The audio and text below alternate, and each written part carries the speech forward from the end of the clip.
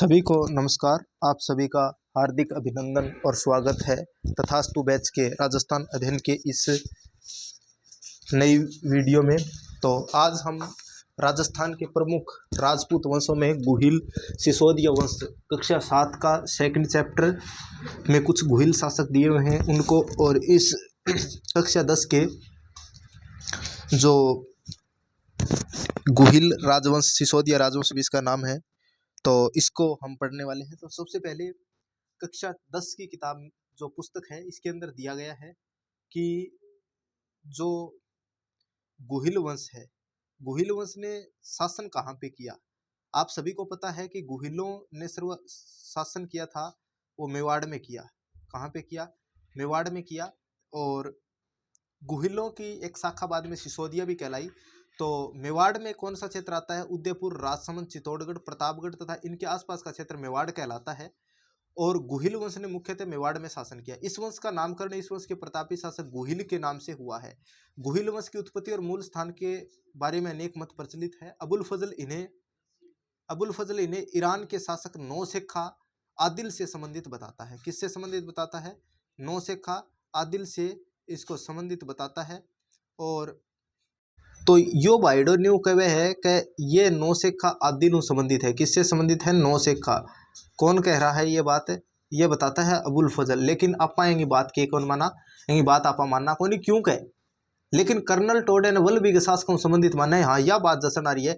तो ये ईरान संबंधित मान लियो तो डायरेक्ट ही। तो नैन सिर गोपीनाथ शर्मा ब्राह्मण होने की के मत प्रतिपादित करे। गोपीनाथ शर्मा नैन सी के है ब्राह्मण है, तो गोपीनाथ शर्मा खुद ब्राह्मण है, तो ब्राह्मण होना मत प्रतिपादित कर दिया। डॉक्टर गौरीशंकर हीराचंद ओझा का मानना है कि 566 ईस्वी के लगभग गुहिल ने अपना शासन स्थापित किया और गुहिल के बाद मेवाड़ का प्रतापी शासक बप्पा हुआ। तो कई पुस्तकों में गुहिलादित्य या गुहेदत्त नाम भी मिलता है। गुहेदत्त अपनी इसके अंदर बुक में नहीं दे रखा है, लेकिन आप अपने इतने इसमें जितना दे रखा है उसको ही हम इसके अंदर कवर करने वाले हैं। तो सबसे पहले इसके अंदर दे रखा है बप्पा रावल। तो बप्पा रावल राज प्रशस्ति के अनुसार बप्पा रावल का शासन 734 से 753 ईस्वी, 734 से 753 ईस्वी। तो अण बाइड है भाई, कितने साल शासन करियो? तो अण शासन करियो लगभग 19 साल। ठीक है।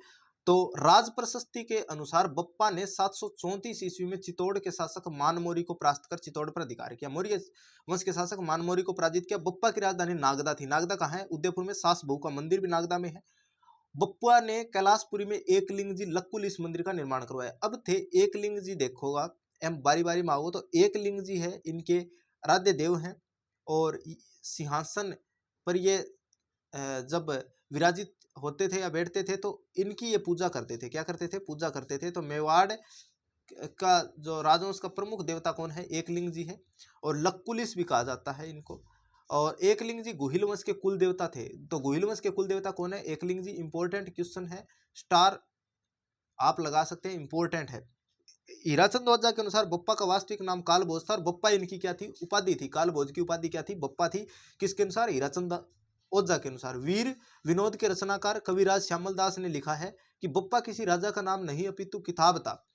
ऐसी मान्यता है कि बप्पा चित्तौड़ के शासक मानमोरी के यहाँ सेवा में था। जब चित्तौड़ पर विदेशी सेना का हमला हुआ तो उनसे मुकाबले की चुनौती बप्पा ने स्वीकार की और उन्हें सिंध तक खदेड़ दिया। तो भारत का जो अपने पाकिस्तान का लगता भाग है सिंध, तो यहाँ तक किसको इसको जो विदेशी सेना थी इसको सिंध तक खदेड़ दिया। तो आपको राजस्थान अध्ययन की इस पुस्तक से बहुत सारे रीट के एग्जाम में तो राजस्थान अध्ययन की पुस्तक से ही क्वेश्चन आए थे। तो आपकी जो चतुर्थ श्रेणी कर्मचारी की जो भर्ती है इसके अंदर जो अपना एक टॉपिक दे रखा है कि सांस्कृतिक और ऐतिहासिक व्यक्तित्व, तो इसके अंदर ऐतिहासिक घटनाएं हैं वो भी इसके अंदर कवर हो जाएंगी। जो भी चीज़ें हैं वो इसके अंदर हम क्लास 10th की बुक से कवर करेंगे और जो भी 7th 8th में दे रखा है उसको भी अपने कवर कर लेंगे। और 9th की बुक आपको पूरी इसका अध्ययन करना है चतुर्थ श्रेणी के लिए, उसको हम लेकर आएंगे, बहुत अच्छे तरीके से कवर करेंगे। फिर इसके अंदर एक इंपॉर्टेंट बात दे रखी है कि सीवी वैद्य ने उसकी तुलना चार्ल्स मार्टेल से की है। चार्ल्स मार्टेल कौन था? फ्रांसीसी सेनापति था चार्ल्स मार्टेल। चार्ल्स मार्टेल कौन था? फ्रांसीसी सेनापति था जिसने यूरोप में सर्वप्रथम मुसलमानों को परास्त किया। ये रीट 2024 के अंदर क्वेश्चन आया है। रीट 25 के अंदर ये क्वेश्चन आया था और जो जिन बच्चों ने राजस्थान अध्ययन को पढ़ा था उन बच्चों ने ये सही किया था, लेकिन कुछ बुक हैं जिनमें ये नहीं दिया गया था बड़ी पुस्तकों में। तो आप राजस्थान अध्ययन जैसी आप एक गाइड ले सकते हैं और आप इन पुस्तकों को जरूर पढ़ें राजस्थान अध्ययन की। इसी को लेकर हम कि बच्चों के लिए हम ऐसा तथास्तु हम ऐसे नए नवाचार करते रहेंगे। इंस्टीट्यूट स्टडी विद जेडी आपके लिए लेकर आता रहेगा। फिर इसके अंदर आता है जैत्र सिंह 1213 से 1253 ईस्वी। तो इस शासक के लिए इंपॉर्टेंट बात यह है कि इन्होंने 1227 में किसका युद्ध लड़ा? भूताड़ा का युद्ध। तो भूताड़ा का युद्ध किसके बीच में हुआ? इल्तुतमिश की सेना को परास्त किया। इल्तुतमिश वर्सेस जैत्र सिंह 1213 से 1253 ईस्वी के बीच में शासन किया। तो अण बायडा भी 1213 और 1253, ठीक है। तो अण शासन करो। तो ये जो शासन है वो 40 साल लगभग शासन करो अण। और ये ज्यादा क्वेश्चन नहीं पूछे जाते हैं कि कौन सी शताब्दी में रहा। हाँ, समकालीन वाले क्वेश्चन पूछ सकते हैं, लेकिन आपको थोड़ा सा ध्यान होना चाहिए कि कौन सा शासक किसके बाद में आया। सॉरी। तो इल्तुतमिश की सेना को परास्त किया। जयसिंह सूरी के ग्रंथ हमीर मदमर्दन में इसका वर्णन मिलता है और इस ग्रंथ में इल्तुतमिश को हमीर कहा गया है। इल्तुतमिश को हमीर किस ग्रंथ में कहा गया है? तो हमीर मदमर्दन में कहा गया है। किस में कहा गया है?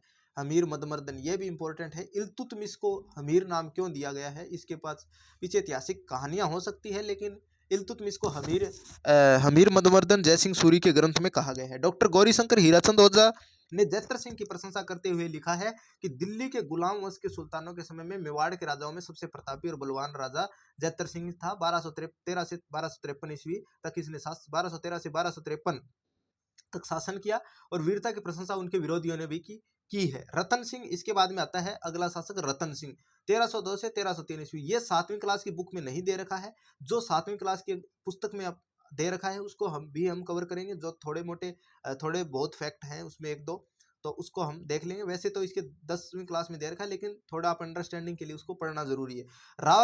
रावल रतन सिंह 1302 से 1303 में अलाउद्दीन खिलजी के आक्रमण और पद्मावत रचना के कारण इसी काल में पद्मावत की रचना हुई। मलिक मोहम्मद जायसी की प्रसिद्ध पुस्तक है और इस पर बनी फिल्म पद्मावत को लेकर काफी विवाद भी हो चुका था।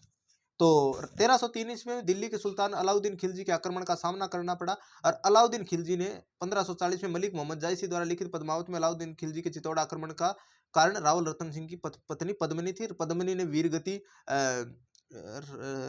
रतन सिंह के प्राप्त होने के बाद 1600 महिलाओं के साथ क्या कर लिया था? जोहर कर लिया था। तो चित्तौड़ का साका था ये। और इस युद्ध में अलाउद्दीन खिलजी का जोहर था। अलाउद्दीन खिलजी का समकालीन इतिहासकार अमीर खुसरो भी इसके अंदर सम्मिलित हुआ था और गोरा और बादल वीरगति को प्राप्त हुए थे। और रानी पद्मिनी ने 1600 महिलाओं के साथ जोहर किया। और अमीर खुसरो का जो ग्रंथ है खजाइन उल फुतूह में इस आक्रमण का वर्णन किया है। अलाउद्दीन ने अपने पुत्र खिज्र खां को चित्तौड़ का प्रशासक नियुक्त कर दिया और चित्तौड़ का नाम बदलकर खिजराबाद रख दिया। रतन सिंह मेवाड़ के गुहिल वंश की रावल शाखा का अंतिम शासक था। रावल शाखा का अंतिम शासक कौन था? रतन सिंह रावल रतन सिंह नाम था। और रै से रतन सिंह और रै से रावल। फिर इसके बाद आता है राणा हमीर सिसोदा ठिकाने के जागीरदार हमीर ने 1326 में चित्तौड़ पर अधिकार कर गुहिल वंश की पुनः स्थापना की 1313 तक। इसके बाद में 1303 2 से 3 एक साल इन्होंने शासन किया और इसके अंदर 1303 में आक्रमण हुआ तो एक साल ही के भीतर रावल रतन सिंह क्या वीरगति को प्राप्त हो गए। सिसोदा ठिकाने के जागीरदार होने के कारण इसके बाद में गुहिल वंश सिसोदिया वंश कहलाया। क्या कहलाया? सिसोदिया वंश कहलाया। और गुहिलों की ही शाखा है। सिसोदा वंश का जागीरदार था राणा हमीर। तो 1326 से 1364 तक। तो राजस्थान अध्ययन में एक बात लिखी रखी है कि तिरिया तेल और हमीर हट चढ़े न दूजी बार। तेरिया तेल हमीर हट चढ़े न दूजी बार। तो इस प्रकार से चढ़े न दूजी बार। तो किस शासक के बारे में अगर आपको ऐसे ब्लैंक में दे देते हैं तो हमीर के बारे में कहा गया, क्योंकि हमीर ने जो कुछ कहा उसको किया। विषम घाटी पंचानन की भी इसको संज्ञा दी गई है। विकट आक्रमणों में सिंह के सदृश मेवाड़ का उदारक इसको कहा गया है। और अमीर के दादा लक्ष्मण सिंह अपने पुत्रों के साथ अलाउद्दीन खिलजी के विरुद्ध लड़ते वीरगति को प्राप्त हुए। इसके बाद मेवाड़ के सभी शासक सिसोदिया कहलाते हैं। अमीर ने सिंगोली बांसवाड़ा के युद्ध में मोहम्मद बिन तुगलक की सेना को भी परास्त किया। तो 1326 में चित्तौड़ पर अधिकार कर गुहिल वंश की पुनः स्थापना की थी। ठीक है। तो रावल रतन सिंह के बाद इंपॉर्टेंट शासक था। फिर इसके बाद है महाराणा लाखा। तो महाराणा लाखा भी इंपॉर्टेंट शासक है। 1382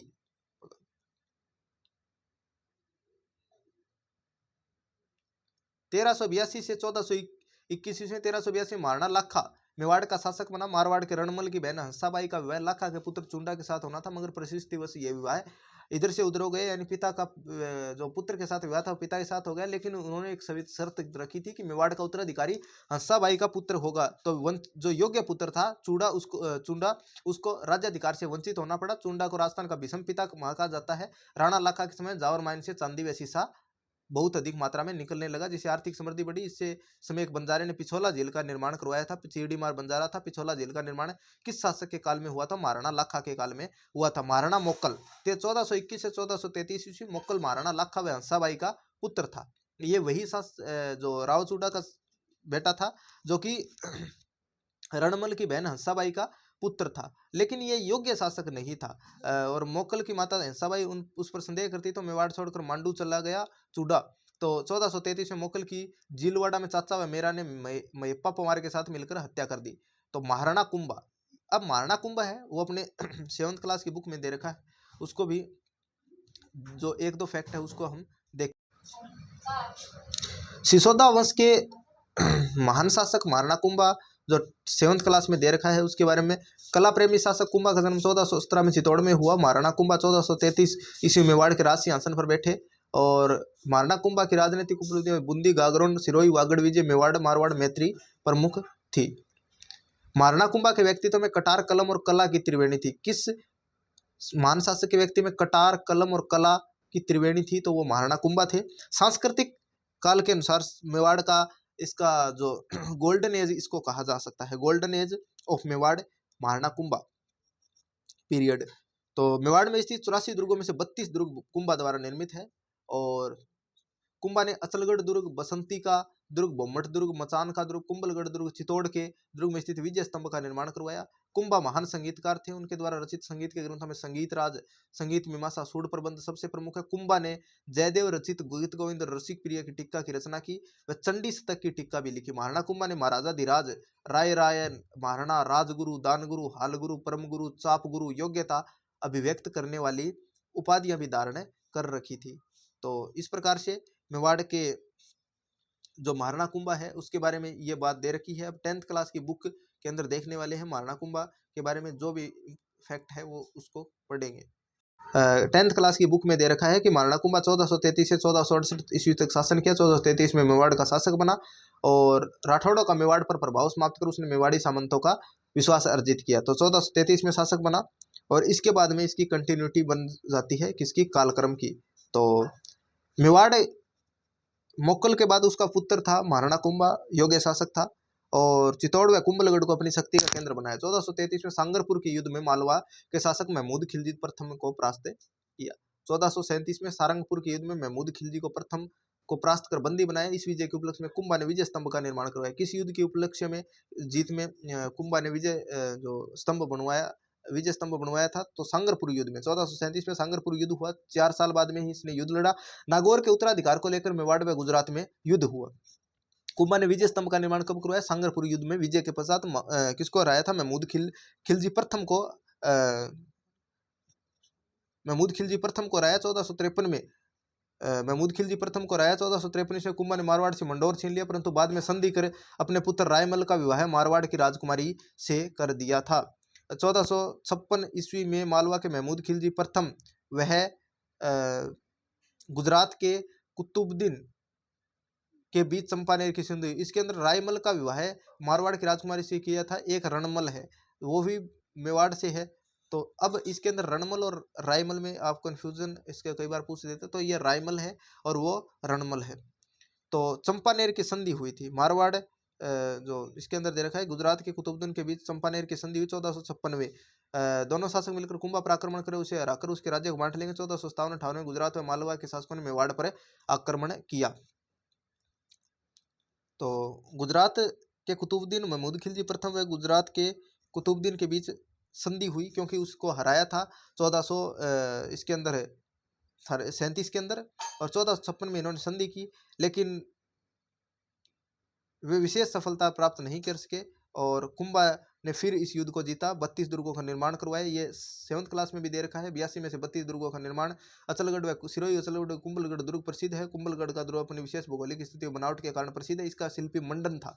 कुंभा ने चित्तौड़ में कुंभ स्वामी तथा श्रृंगार चौरी का मंदिर, एकलिंग जी का विष्णु मंदिर, रणकपुर के मंदिर बनवाए जो अपनी विशालता एवं तक्षण कला के प्रसिद्ध है। रीट 2025 के अंदर ये क्वेश्चन आया था कि कौन से मंदिर है वो कौन सा मंदिर है वो राजस्थान के कुंभलगढ़ दुर्ग में स्थित नहीं है या चित्तौड़ में स्थित नहीं है। तो इसके अंदर ऑप्शन दे रखे थे जो कि ये थे कुंभ स्वामी श्रृंगार चौरी मंदिर, तो ये सभी मंदिर वहाँ पे स्थित है। सुपारी महल भी दे रखा था। तो कुंभा एक विद्वान एवं विद्यानुरागी शासक था। कान्य व्यास द्वारा रचित एकलिंग महात्म्य से ज्ञात होता है कि वह वेद, स्मृति, मीमांसा, उपनिषद, व्याकरण और राजनीति में रुचि रखता था।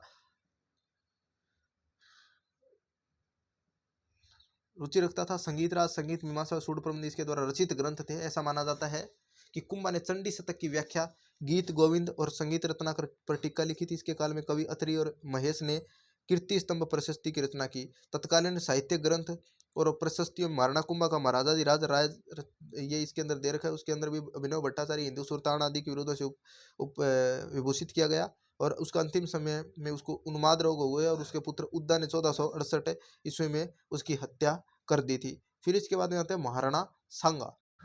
महाराणा सांगा, तो महाराणा सांगा है 1509 में 7th क्लास में दे रखा है। महाराणा सांगा के बारे में एक दो फैक्ट, लेकिन वो 10th क्लास में भी दे रखा है, लेकिन इसको अभी हम पढ़ लेते हैं। महाराणा सांगा का वास्तविक नाम संग्राम सिंह था। वास्तविक नाम क्या था महाराणा सांगा का? संग्राम सिंह इंपॉर्टेंट है। राणा सांगा राणा रायमल के पुत्र थे। इनके शासनकाल में मेवाड़ अपने शक्ति के चरमोत्कर्ष पर पहुंचा। उन्होंने सभी राजपूत राज्यों को संगठित किया और एक छत्र के नीचे लाए। महाराणा सांगा पराक्रमी योद्धा थे और इनके शरीर पर 80 घाव थे। 80 घाव किनके शरीर पर थे? तो ऐसा क्वेश्चन अगर आ जाता है तो महाराणा सांगा के शरीर पर थे। अपनी वीरता और उदारता के लिए प्रसिद्ध थे। महाराणा सांगा 1509 से 1528 सांगा संग्राम सिंह व उसके तीनों भाई पृथ्वीराज, जयमल व राज सिंह चारों ही समय को अपने पिता का उत्तराधिकारी मानते थे। इस कारण उन्हें संघर्ष होना स्वाभाविक था। इस पर संघर्ष में अंततः सांगा विजय रहा और मेवाड़ का शासक बना। इतिहास में हिंदूपत के नाम से प्रसिद्ध महाराणा सांगा 1509 में मेवाड़ का शासक बना। हिंदूपत के नाम से प्रसिद्ध कौन है? हिंदूपत। तो इनकी उपाधियों से कई बार प्रश्न आ जाता है। हिंदूपत के नाम से कौन प्रसिद्ध है? और मेवाड़ का कर्ण किसे कहा जाता है? मारवाड़ का कर्ण तो राजस्थान का उसके अंदर है, तो राय सिंह है। तो इसी प्रकार से ऐसे क्वेश्चन आ जा सकते हैं। मेवाड़ का उदारक किसे कहा जाता है? राणा हमीर। और इसके अलावा एक हमने इसके अंदर गोहिल वंश में पढ़ा था, राजस्थान का जो भीष्म पितामह है उसको कहा जाता है चूड़ा को। इस प्रकार से फिर इसके बाद में राणा सांगा है। तो इसके बारे में और क्या चीज़ दे रखी है? 1509 में मेवाड़ का शासक बना। मालवा पर सुल्तान नसारुद्दीन शासन कर रहा था।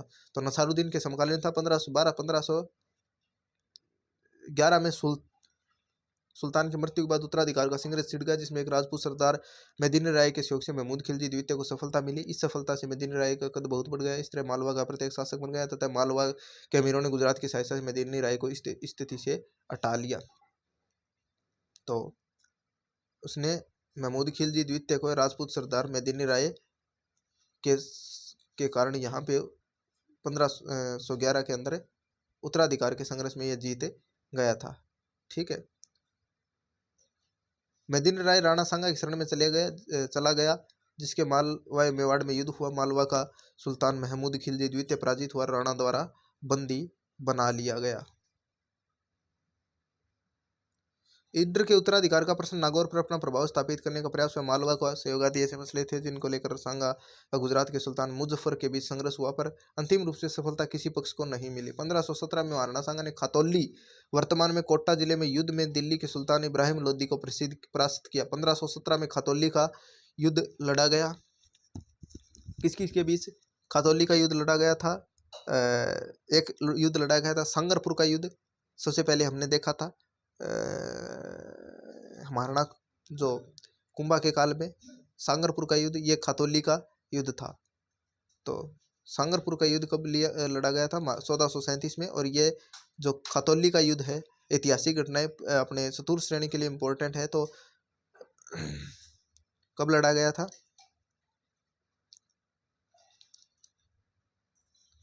1517 के अंदर। तो इब्राहिम लोदी को सेना को क्या किया? परास्त किया। तो बाड़ी धौलपुर के युद्ध में इब्राहिम लोदी की सेना को परास्त किया। 1517 में महाराणा सांगा ने सुल्तान इब्राहिम लोदी को खातौली वर्तमान कोटा में युद्ध हुआ तब भी परास्त किया। 1526 में बाबर ने पानीपत के युद्ध में इब्राहिम लोदी को परास्त कर आगरा पर अधिकार कर लिया था। 1526 में बाबर ने पानीपत के युद्ध में इब्राहिम लोदी को परास्त कर आगरा पर अधिकार कर लिया था। अब आ गया मुगल वंश। दिल्ली पर किसका शासन है? मुगल वंश का शासन है। तो इस वीडियो में हम गुइल वंश को पढ़ने वाले हैं, जो भी शासक दिए गए हैं उनको। बाबर के अनुसार राणा सांगा ने उसे वादा किया था कि जब वह इब्राहिम लोदी पर आक्रमण करेगा तो सांगा उसकी मदद करेगा, लेकिन सांगा ने मदद नहीं की और दोनों शासकों के बीच खानवा के मैदान में युद्ध हुआ। और इससे पहले भयानक युद्ध में फरवरी 1527 में उसने बाबर की सेना को पराजित किया। 17 मार्च 1527 को खानवा के मैदान में बाबर और राणा सांगा के बीच में युद्ध हुआ। तो बयाना का युद्ध फरवरी 1527 में लड़ा गया, उसके अंदर बाबर की सेना को पराजित किया। 17 मार्च 1527 को खानवा के मैदान में बाबर और राणा सांगा के बीच युद्ध हुआ। तो तोपखाने तो गुलमा युद्ध पद्धति के कारण बाबर की विजय हुई। राणा सांगा युद्ध में घायल हुआ, उसे युद्ध के मैदान से दूर ले जाया गया, ऐसी बातें हैं। और 30 जनवरी 1528 को बसवा दौसा में सांगा की मृत्यु हो गई। मांडलगढ़ में सांगा का समाधि स्थल है। सांगा को विष दे दिया था इनके सामंतों ने। राणा सांगा की मृत्यु के बाद में उदय सिंह राणा विक्रमादित्य 1528 से 1531, रतन सिंह और राणा विक्रमादित्य शासक बने, जो महत्वपूर्ण शासक नहीं थे। फिर राणा उदय सिंह शासक बना 1537-1572 ईस्वी में। महाराणा प्रताप के पिताजी पन्ना दाई के बलिदान के लिए प्रसिद्ध है। चंदन को उदय सिंह की जगह सुलाकर तो पन्ना दाई ने जो अपनी ममताओं की परीक्षा दी थी, तो उसके लिए पन्ना दाई को इतिहास में स्वर्णिम अक्षरों में उनका इतिहास में नाम है।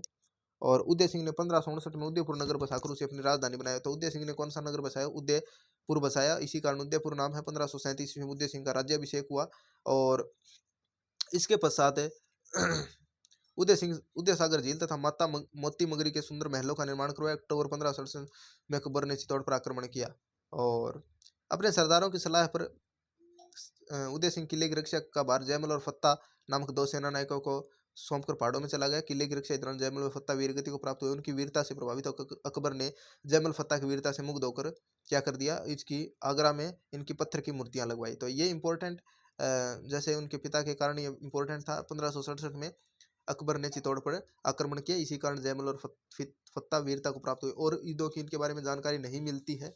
राजस्थान अध्ययन में इतना ही इनके बारे में दिया गया। फिर आता है महाराणा प्रताप। तो महाराणा प्रताप के बारे में साथ की जो पुस्तक में दिया गया है उसको हम पढ़। महाराणा प्रताप 1572 से 1597 ईस्वी। महाराणा प्रताप उदय सिंह के ज्येष्ठ पुत्र। महाराणा प्रताप 1572 से 1597 ईस्वी। महान शासक महाराणा प्रताप और सभी शासकों में सर्वाधिक प्रसिद्ध शासक। 1572 से 1597, 9 मई 1540 को इनका कुंभलगढ़ कटारगढ़ भी कहा जाता है, इनमें जन्म हुआ। इनकी माता का नाम जयवंता बाई था और पिता का नाम उदय सिंह था। राणा प्रताप का राज्याभिषेक 28 फरवरी 1572 को हुआ और शपथ ग्रहण के करते ही उन्हें अनेक कठिनाइयों का सामना करना पड़ा। जैसे मुगल शासक अकबर को मेवाड़ पर अधिकार करने की इच्छा, मेवाड़ की आर्थिक एवं सैन्य शक्ति को सुदृढ़ करना, भाई जगमाल का रूट कर अकबर की शरण में जाना। महाराणा प्रताप ने मुगल शासक अकबर की अधीनता स्वीकार नहीं की। महाराणा प्रताप ने संकट काल में कृषि और वनों के विकास का प्रयास किया। इन विषयों पर विश्व वल्लभ जैसी पुस्तक भी लिखवाई। विश्व वल्लभ जैसी पुस्तक किसके काल में लिखी गई? महाराणा प्रताप में। मानवाधिकारों के का हमेशा पोषण किया। महाराणा प्रताप अपनी वीरता और युद्ध कला के लिए जाने जाते हैं। उन्होंने अपने व्यक्तित्व से मेवाड़ के प्रत्येक व्यक्ति को मातृभूमि की स्वतंत्रता के लिए सब कुछ न्यौछावर कर देने वाला महान योद्धा बना दिया। नहीं दिया गया है महाराणा प्रताप के बारे में, तो कक्षा 10 की पुस्तक में जो दिया गया है उनको पढ़ लेते हैं। महाराणा प्रताप कक्षा 10 की पुस्तक में जो महाराणा प्रताप के बारे में दिया गया है, तो इसके अंदर दिया गया 9 मई 1540 को कुंभलगढ़ में जन्मे प्रताप 1572 में मेवाड़ के शासक बने और उदय सिंह ने जगमाल को अपना उत्तराधिकारी बनाया था, लेकिन सरदारों ने इसे स्वीकार नहीं किया। प्रताप को गद्दी पर बैठाया। 9 मई 1540 को जन्मे 1572 में शासक बन गए थे, तो सिर्फ 32 साल की उम्र में शासक बने। फिर इसके बाद में महाराणा प्रताप को कई संघर्ष झेलने पड़े, लेकिन यहाँ पे इस संघर्ष में वो कहानियाँ चल है और सैन्य व्यवस्था उच्च पद देकर सम्मान बढ़ाया। और गोगुंदा से अपना निवास स्थान कुंभलगढ़ स्थानांतरित किया। कुंभल मुगलों से आक्रमण, अकबर किसी भी तरह से मेवाड़ को अपने अधीन करना चाहता था, अतः उसने समझौते के प्रयास किए। 1572 ईस्वी 1576 ईस्वी के मध्य उसने 4 शिष्टमंडल क्रमशः जलाल खां, मान सिंह, भगवान दास व टोडरमल। तो जलाल खां, मान सिंह, भगवान दास और टोडरमल, ठीक है। तो इसकी JMBT ये इसकी ट्रिक बन सकती है। जलाल खां, मान सिंह, भगवान दास, टोडरमल। जलाल खां, मान सिंह, भगवान दास, टोडरमल। टोडरमल, भगवान दास, जलाल खां, मान सिंह। टोडरमल, भगवान दास, जलाल खां, मान सिंह। मान सिंह, जलाल खां। टोडरमल, भगवान दास, मान सिंह, जलाल खां। टोडरमल, भगवान दास, मान सिंह, जलाल खां। टोडरमल, भगवान दास, मान सिंह, जलाल खां। तो इस प्रकार से ये 4 शिष्टमंडल थे। उंदा सोंदा याद कर दो। महाराणा ने संधि करने में कोई रुचि नहीं दिखाई। 1576 में मेवाड़ के अभियान की तैयारी है तो अकबर तो वहीं पहुंचा और मान सिंह को मेवाड़ अभियान का नेतृत्व सौंपा। 18 जून 1577 ईस्वी को खमनौर के पास मुगल सेना का प्रताप से युद्ध हुआ, जो इतिहास में हल्दी घाटी के युद्ध के नाम से प्रसिद्ध है। और इस युद्ध में मुगल सेना का मुख्य सेनापति आमेर का मान सिंह था, जबकि प्रताप की सेना के अरावल कौन सा था? अग्रिम दस्ता। अग्रिम दस्ता कौन सा होता है? अरावल। युद्ध में प्रताप के जीवन को संकट में देखकर झालाबीदा ने प्रताप का मुकुट धारण कर युद्ध किया और प्रताप को युद्ध भूमि से दूर भेज दिया। तो हकीम खां सूरी कर रहा था प्रताप के सेना के अरावल अग्रिम दस्ते का नेतृत्व। और प्रताप को युद्ध भूमि से दूर भेज दिया। युद्ध निर्णायक रहा। इस युद्ध को अबुल फजल ने खमनौर का युद्ध, बदायूं ने गोगुंदा का युद्ध तथा जेम्स टोड ने हल्दी घाटी का युद्ध कहा है। खमनौर का युद्ध किसने कहा? अबुल फजल ने। गोगुंदा का युद्ध किसने कहा? बदायूं ने। जेम्स टोड ने हल्दी घाटी का युद्ध। हल्दी घाटी के युद्ध के बाद महाराणा प्रताप ने पहाड़ों में रहते हुए वहीं से मुगलों को परेशान करने के लिए दावे मारना शुरू कर दिया।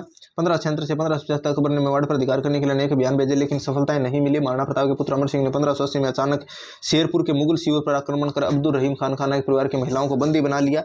और प्रताप को जानकारी मिली तो इन्होंने सह सामान उसको पहुंचा दिया। नारी सम्मान की भारतीय परंपरा का अनुपम उदाहरण है। 1582 में देवर की मुगल चौकी पर आक्रमण के समय कुंवर सिंह ने 1582 में देवर के मुगल चौकी पर आक्रमण के समय अमर सिंह ने वहां पर तैनात मुगल अधिकारी सुल्तान खां को बाले के एक बार से परलोक पहुंचा दिया। देवर की विजय बाद इस पर्वतीय भाव पर प्रताप का अधिकार हो गया। एक छोटी सी मेवाड़ी सेना की बहुत बड़ी सफलता थी। यही कारण था कि कर्नल टोड ने देवर को मेवाड़ का मैराथन कहा है। देवर को मेवाड़ का मैराथन किसने कहा है? कर्नल टोड ने। और हल्दी घाटी को क्या कहा है? मेवाड़ की राजस्थान की थर्मोपोली। राजस्थान की थर्मोपोली।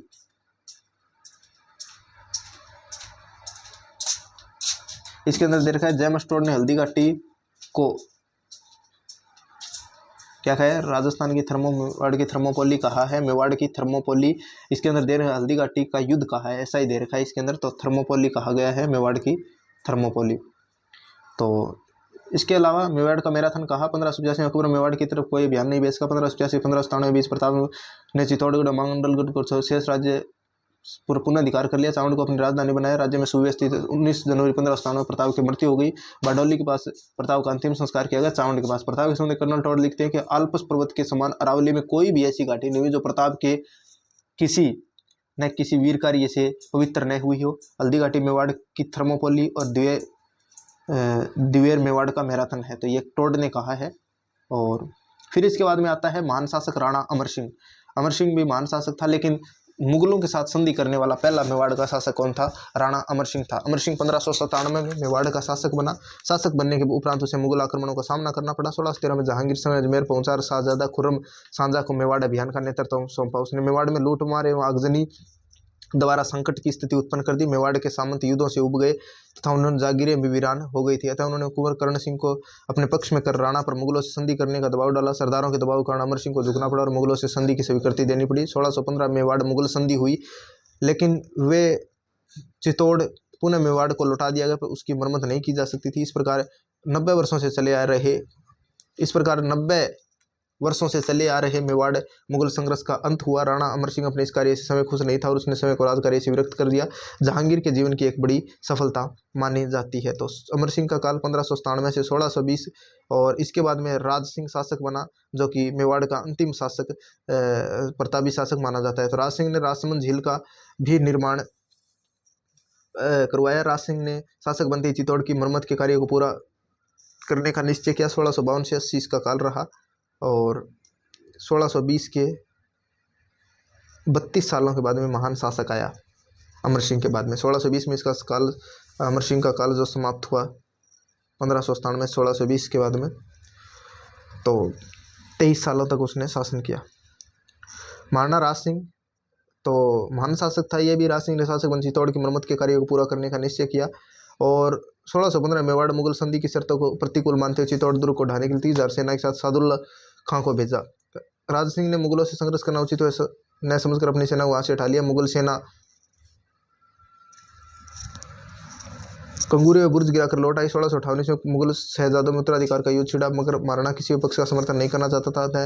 महाराणा टालम टोल करता रहा। जब औरंगजेब दिल्ली का शासक बना तो प्रारंभ में तो उसके समय राज सिंह से अच्छे रहे। औरंगजेब ने उसे 6,000 जाते सवार का मनसब भी प्रदान किया, किंतु किशनगढ़ की राजकुमारी चारुमती, जिसका विवाह औरंगजेब से होने वाला था, से विवाह करके राज सिंह ने 1660 में औरंगजेब को अप्रसन्न कर दिया। 1679 में औरंगजेब द्वारा जजिया कर लगाने का राज सिंह ने विरोध किया। मुगल मारवाड़ संघर्ष छिड़ने पर महाराणा राज सिंह ने राठौड़ों को साथ दिया। 1680 में राज सिंह की मृत्यु हो गई। दुर्गादास राठौड़ ने भी इसको सहायता प्रदान किया। काल प्रबंधन के समय में राज सिंह ने गोमती नदी के पानी को रोककर राजसमंद झील का निर्माण करवाया। इस झील के उत्तरी किनारे पर 9 चौक के नामक स्थान पर राज प्रशस्ति नामक शिलालेख राज सिंह ने बनवाई। उदय सागर उदय सिंह ने बनवाई। तो सरस्वती संस्कृत भाषा में लिखित राज प्रशस्ति शिलालेख की रचना रणछोड़ भट्ट द्वारा की गई है।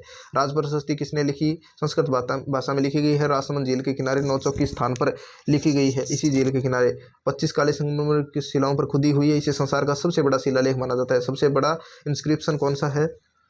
तो इस सबसे बड़ा इंस्क्रिप्शन है 9 चौक की शिलालेख या राज प्रशस्ति शिलालेख। तो मेवाड़ का जो शासक था राज सिंह, इसी के साथ मेवाड़ के शासकों का जो ये पार्ट फर्स्ट है, ये इस बुक का जो प्रमुख राजपूत वंशों का वो समाप्त होता है। कक्षा 7 में जो 1-2 बात दे रखी है उसको भी हम देख लेते हैं।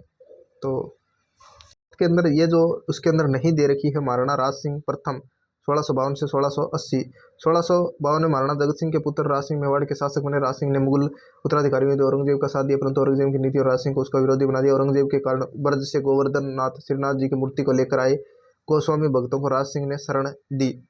सिंहाड़नाथ द्वारा में श्रीनाथ जी की मूर्ति और द्वारिकाधीश की मूर्ति कांकरोली राजसमंद में स्थापित कर वहाँ मंदिर बनवाया। उदयपुर में अम्बा माता का मंदिर और जल स्रोत बनाए। कांकरोली में राजसमंद झील बनवाई जो अपनी कलात्मकता के लिए प्रसिद्ध है।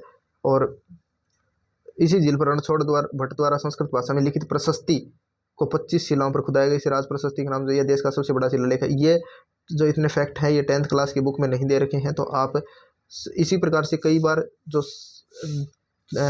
बड़ी बुकों में नहीं दिया जाता है वो छोटी बुक में दिया जाता है। 7th क्लास में दिए गए हैं। इन फैक्टों को भी अपने नोट्स में शामिल करें। वीडियो कैसी लगी, वीडियो को लाइक और अपने दोस्तों के साथ शेयर ज़रूर करें। और अगली वीडियो में हम मारवाड़ के राठौड़ वंश को पढ़ने वाले हैं 2nd पार्ट के अंदर। तो बने रहिए हमारे तथास्तु बैच के साथ। और आप सभी की जो शुभकामनाएं और आशाओं के कारण हम इस बैच को निरंतर चला पा रहे हैं। तो वीडियो को लाइक करें और वीडियो को शेयर ज़रूर करें अपने दोस्तों के साथ, ताकि वो भी क्वालिटी कंटेंट पढ़ सकें। धन्यवाद।